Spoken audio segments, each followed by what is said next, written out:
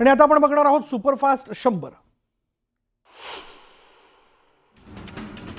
शिर्डीतील दुहेरी हत्याकांडात पोलिसांनी एका संशयित आरोपीला ताब्यात घेतलंय, तर हल्ला झालेल्या तिसऱ्या व्यक्तीवर रुग्णालयात उपचार सुरू आहेत. अद्यापही सर्व आरोपींना अटक करण्यात पोलिसांना यश आलेलं नाही. शिर्डी हत्याकांडातील हत्येचा दुसरा व्हिडिओ समोर आलाय. नितीन शेजवळ या कर्मचाऱ्यावर साकुरी परिसरात हल्ला झाला. अनेक वार करून त्याची हत्या करण्यात आली आणि याच घटनेचं दुसरं सीसीटीव्ही समोर आलंय. पोलिसांकडून सीसीटीव्हीच्या आधारे तपास सुरू आहे.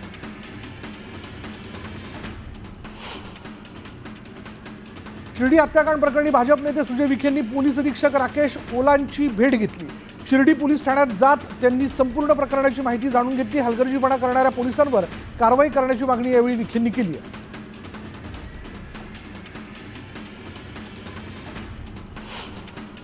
चेन्नई जोधपूर एक्सप्रेसमध्ये काल बसण्याच्या जागेवरून वाद होऊन एका प्रवाशावर हल्ला करण्यात आला, ज्यात त्याचा मृत्यू झाला. हा सगळा प्रकार नंदुरबार रेल्वे स्टेशनवर घडला. विशेष म्हणजे घटनेनंतर नंदुरबार रेल्वे स्टेशनवर सीसीटीव्हीच नसल्याची बाब समोर आली आहे. नंदुरबार रेल्वे स्टेशनवर सुरू असलेल्या अवैध आणि गोरखधंद्यांना पाठीशी घालण्यासाठी सीसीटीव्ही लावले जात नाहीत का, असा संतप्त सवाल मंत्री जयकुमार रावल यांनी केला. रेल्वे दुर्घटनेतील मृतांच्या कुटुंबियांची भेट घेताना रावल यांना अश्रू अनावर झाले. बदलापूरमधील लैंगिक अत्याचार प्रकरणी पोलीस निरीक्षकांची हस्तक्षेप याचिका कोर्टानं स्वीकारली आहे. निलेश मोरे यांच्या हस्तक्षेप याचिकेवर 6 फेब्रुवारीला सुनावणी होणार आहे. महाराष्ट्र विधानसभेच्या निवडणुकीत 70 लाख नवीन मतदार वाढले असा गंभीर आरोप राहुल गांधींनी केलेला आहे. या वाढलेल्या मतदारांची यादी जाहीर करण्याची मागणीही राहुल गांधींनी केली.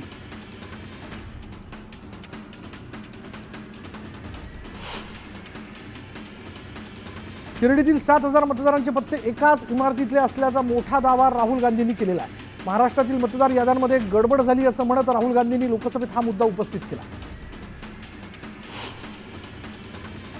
मनपा निवडणुकीच्या पार्श्वभूमीवर भाजपचे कार्यकारी अध्यक्ष रवींद्र चव्हाणांनी संभाजीनगरचा दौरा केला. यावेळी ठाकरे गटातील काही पदाधिकाऱ्यांनी भाजपमध्ये प्रवेश केला, तर माजी नगरसेवकांसोबतही चव्हाणांनी भेट घेतली.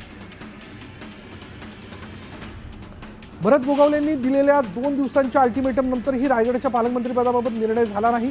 दरम्यान गोगावलेंनी पुन्हा पालकमंत्रीपद आपल्यालाच मिळणार असा दावा केला. मुख्यमंत्री 2 दिवस दिल्लीत होते आणि त्यामुळे निर्णयासाठी आणखी 2 दिवस लागतील असं गोगावले म्हणाले. पंतप्रधान नरेंद्र मोदींवर टीका करणारा संजय राऊत मूर्ख माणूस असल्याची जहरी टीका खासदार नारायण राणेंनी केली. एका बंद खोलीत टीका करणं, निंदा नालस्ती करणं हा राऊतांचा गुण असल्याचंही प्रत्युत्तर नारायण राणेंनी दिलं. नवी मुंबईत वनमंत्री गणेश नाईक यांनी जनता दरबार घेण्यास सुरुवात केली. जनता दरबारात आपल्या समस्या मांडण्यासाठी नागरिकांनी मोठ्या प्रमाणात गर्दी केली. महाविकास आघाडीच्या काळात राज्यात अनेक लव्ह जिहादची प्रकरणं समोर आली आहेत. मात्र आगामी काळात राज्यातील महिला सुरक्षित राहाव्यात यासाठी कडक धर्मांतर विरोधी कायदा आणणार असल्याची माहिती राज्याचे मंत्री नितेश राणे यांनी जाहीर सभेत दिली. धनंजय मुंडेंनी प्रयागराजला जात कुंभवारी केलेली आहे. मुंडे संतांच्या चरणी लीन झाले. मुंडेंनी आचार्य महामंडलेश्वर श्रीमहंत सुधीरदास महाराजांचे आशीर्वादही घेतले. बीडमध्ये कायदा आणि सुव्यवस्था राखण्यासाठी बीडचे पोलीस अधीक्षक ॲक्शन मोडवरती आलेले आहेत. केवळ महिनाभरात बीडमध्ये दारू, वाळू, गुटखा माफियांवर 671 गुन्हे दाखल करत 1.25 कोटींचा मुद्देमाल जप्त करण्यात आला. तर अधिकाऱ्यांचं मनोबल उंचावण्यासाठी बक्षीस योजनाही सुरू करण्यात आल्या. निवडणुकीपूर्वी धनंजय मुंडेंनी माझी भेट घेतली. धनंजय मुंडेंसोबत वाल्मिक कराडही आला होता असा गोप्यस्फोट मनोज जरांगेंनी केला. भेटीवेळी मुंडे मला सांभाळा, माझ्यावर लक्ष राहू द्या असं म्हणाले आणि सगळे पाया पडले असं जरांगेंनी सांगितलं. आरोपींना यंत्रणा सोडणार नाही ही धनंजय मुंडेंची टोळी आहे. आरोपींना लपवलं जाते असा आरोप मनोज जरांगेंनी केला. या टोळीमुळे एका नेत्याने जिवंतपणी मरण यातना भोगल्या असा दावाही जरांगेंनी केला. जरांगेंना प्रत्येक ठिकाणी बोलायची गरज नाही असा टोला विजय वडेट्टीवारांनी लगावला. देशमुखांबद्दलची घटना भयावह आहे आणि त्या घटनेला समाजासोबत जोडू नये असं वडेट्टीवार म्हणाले. विजय वडेट्टीवारांच्या टीकेला मनोज जरांगेंनी प्रत्युत्तर दिलं. आम्ही का बोलायचं नाही असा सवाल जरांगेंनी विचारला. तू सर्व बोलायचा ठेका घेतलाय का, अशी टीका जरांगेंनी केली. फरार आरोपी कृष्णा आंधळेने पुरावे नष्ट केले तर संपूर्ण जबाबदारी प्रशासनाची असेल असा इशारा धनंजय देशमुखांनी दिला. मुख्यमंत्र्यांनी या प्रकरणाची दखल घेत आंधळेला तात्काळ अटक करावी अशी मागणी केली आहे. जोपर्यंत धनंजय मुंडे राजीनामा देणार नाही तोपर्यंत आमची लढाई सुरूच राहणार आणि या निर्णयावर आम्ही ठाम आहोत असा इशारा अंजली दमानिया यांनी दिला. तर भगवानगडावर जाऊन नामदेव शास्त्रींची भेट घेत त्यांच्याकडे पुरावे सादर करणार आहे असंही दमानिया म्हणाल्या.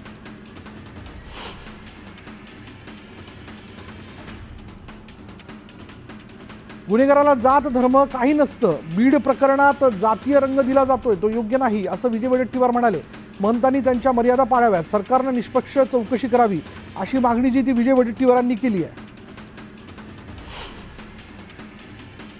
मुख्यमंत्री आमच्या हक्काचं आरक्षण का देत नाहीत असा सवाल मराठा आंदोलक मनोज जरांगेंनी केलाय. 2 दिवसात मार्ग काढा अशी विनंती मनोज जरांगेंनी सरकारला केली. मुख्यमंत्र्यांना मराठा समाजाचे अजून किती बळी हवेत असा सवाल मनोज जरांगेंनी केला. संयम सुटला तर आम्हाला वेगळं आंदोलन करावं लागेल असा थेट इशारा मनोज जरांगेंनी सरकारला दिला.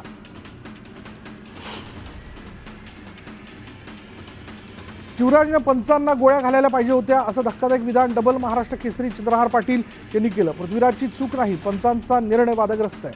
2009ला मी अशा वादग्रस्त निर्णयाला बळी पडलो असं चंद्रहार पाटील म्हणाले. महाराष्ट्र कुस्तीगीर परिषदेत उभी फूट पडल्यापासूनच या स्पर्धेत राजकारण घुसलंय असं काका पवार म्हणाले. तर माझ्या तालमीतील पैलवानांवर अन्याय झाला असून शिवराज राक्षे आणि महेंद्र गायकवाड यांच्यावर झालेली 3 वर्षाची बंदीची कारवाई चुकीची असल्याचंही काका पवार यांनी म्हटलं.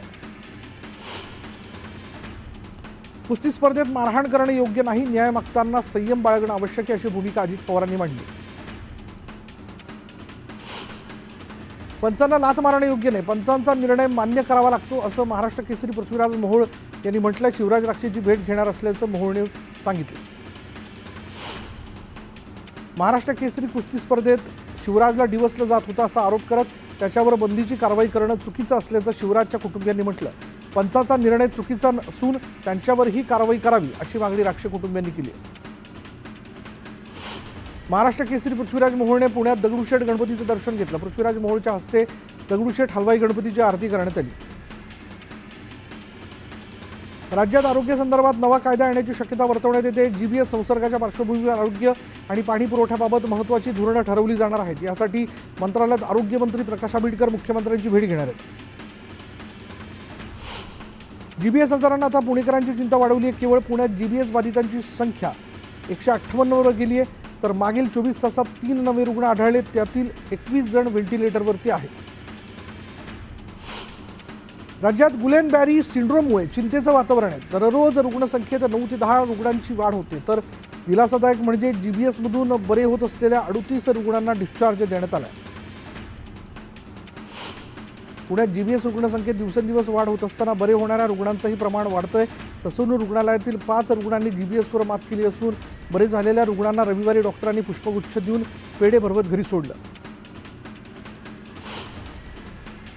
नागपुरात होणाऱ्या भारत विरुद्ध इंग्लंड सामन्याच्या तिकीट खरेदीसाठी नागरिकांनी मोठी गर्दी केली. ऑनलाईन तिकीट फुल झाल्यानं प्रत्यक्ष तिकीट घेण्यासाठी नागरिकांनी गर्दी केली.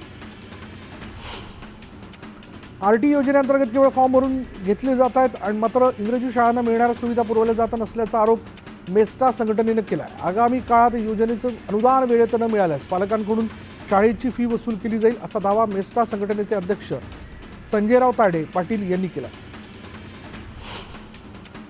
रांजणगाव एमआयडीसी 40 ते 50 कामगारांना मजुरी न देता त्यांना एका खोलीत डांबून ठेवत मारहाण करण्यात आली. या प्रकरणी 2 जणांवर अटक करण्यात आली आहे. तर 4 जणांवर गुन्हा दाखल करण्यात आला. सद्गुरू सेवा परिवार ट्रस्टच्या वतीनं केंद्रीय मंत्री नितीन गडकरी यांना धर्मोपासक पुरस्कार प्रदान करण्यात आला आणि या पुरस्कारामुळे उत्तम कार्य करण्याचा आशीर्वाद मिळत असल्याचं नितीन गडकरी म्हणाले. नागपूरमधील छोटे स्टेडियम आणि मैदानांच्या विकासासाठी 150 कोटींचा निधी देण्याची घोषणा जी आहे ती मुख्यमंत्री देवेंद्र फडणवीस यांनी केली आहे. तर खासदार क्रीडा महोत्सवाच्या माध्यमातून नागपूर शहरात क्रीडा संस्कृती तयार झाल्याचे ते म्हणाले.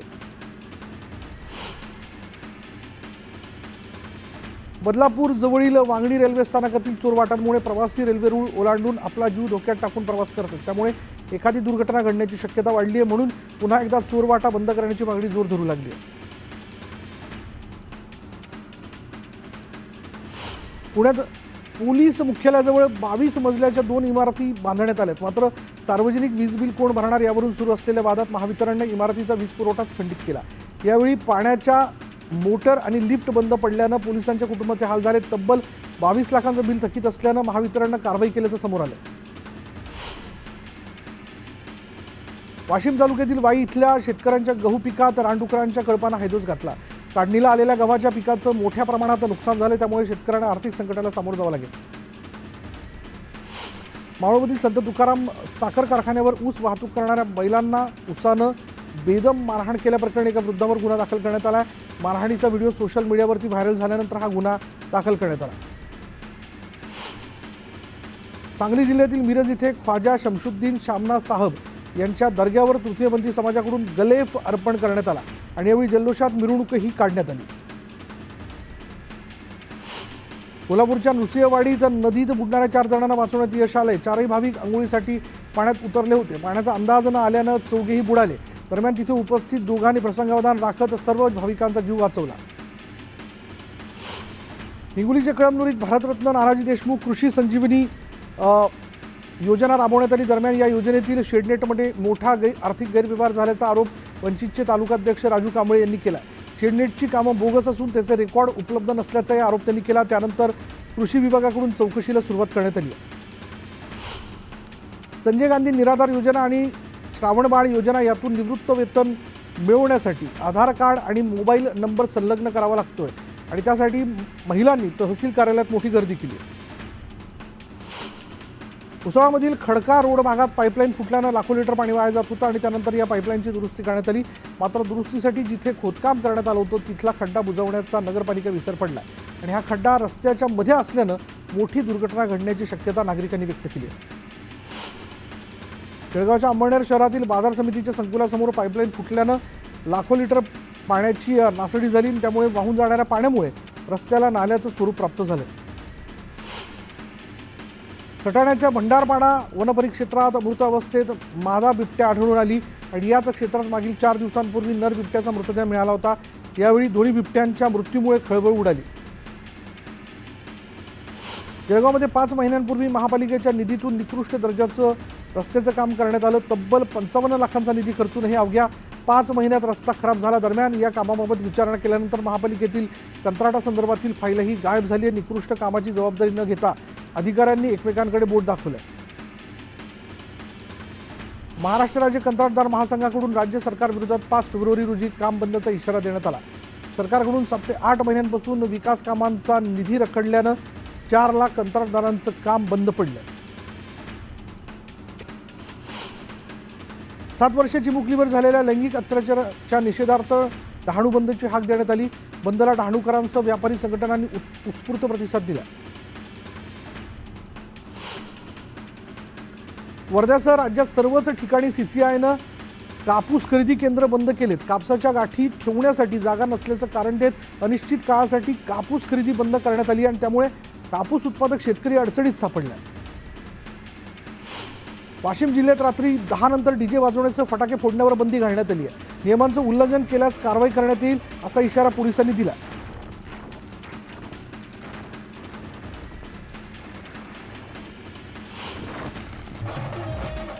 दोन शिवसेना एकत्र झाल्या तर आनंदच आहे, चांगली गोष्ट आहे, अशी प्रतिक्रिया आनंदराव अडसूळ यांनी दिली आहे. दोन्ही शिवसेना एकत्र याव्यात असं वक्तव्य नुकतंच शिवसेना शिंदे गटाचे नेते आणि मंत्री संजय शिरसाट यांनी केलं होतं. त्यावर अडसूळ यांनी ही मोठी प्रतिक्रिया देऊ केली आहे.